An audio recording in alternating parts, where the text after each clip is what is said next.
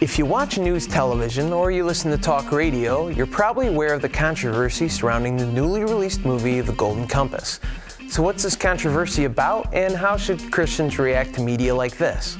Well, we'll find out today on CFM News.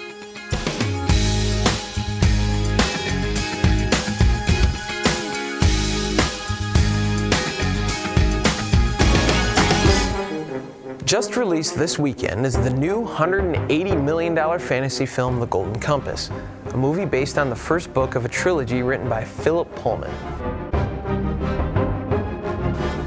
The writer Philip Pullman is known as a supporter of the British Humanist Association, an honorary associate of the National Secular Society, and a man described as one of England's most outspoken atheists.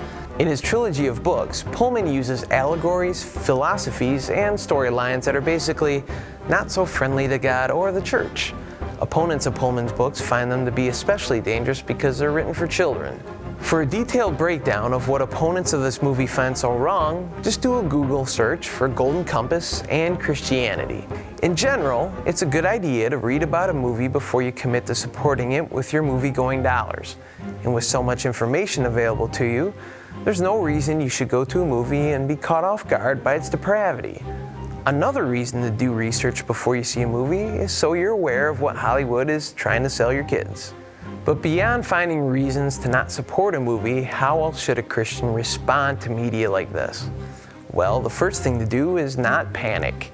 People have been trying to dethrone God and discredit the church for years with witty but empty artistic expression. Remember the last time a movie was produced from a book written to rock Christianity, The Da Vinci Code? Remember how Tom Hanks sporting a mullet was supposed to lead throngs of weak Christians down a pit of godlessness? Well, it never happened. The Da Vinci Code just became a vapor in a sea of weak movies. Now, the most important response you should have toward media like this is be a light. In the end, what has more influence in a person's life? A 2-hour CG fest at the movies or a 40-hour week experience at work with a Christian who exudes the light of God? I mean, think about it.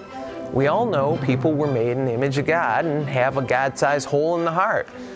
When a movie series comes out that ends with God being killed by His creation, is it really as attractive as the possibility of reconciliation with God? Church, we have the advantage here. If your life exudes the light of fellowship with God, it will be much more attractive than a witty but frigid movie that ends in human-devised separation from God. Remember, being a light doesn't end with us, it must extend to our children. This is why it's important to raise a godly seed. Raising children who have an understanding and relationship with God are children that will learn to discern when media is not right and be a light to other children who don't know. So this is it.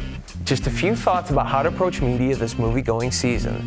The world is going to get much darker, yes, but the depravity of it will make the light of God much more piercing. And guess who's supposed to carry that light? For CFM News, I'm Daniel Love.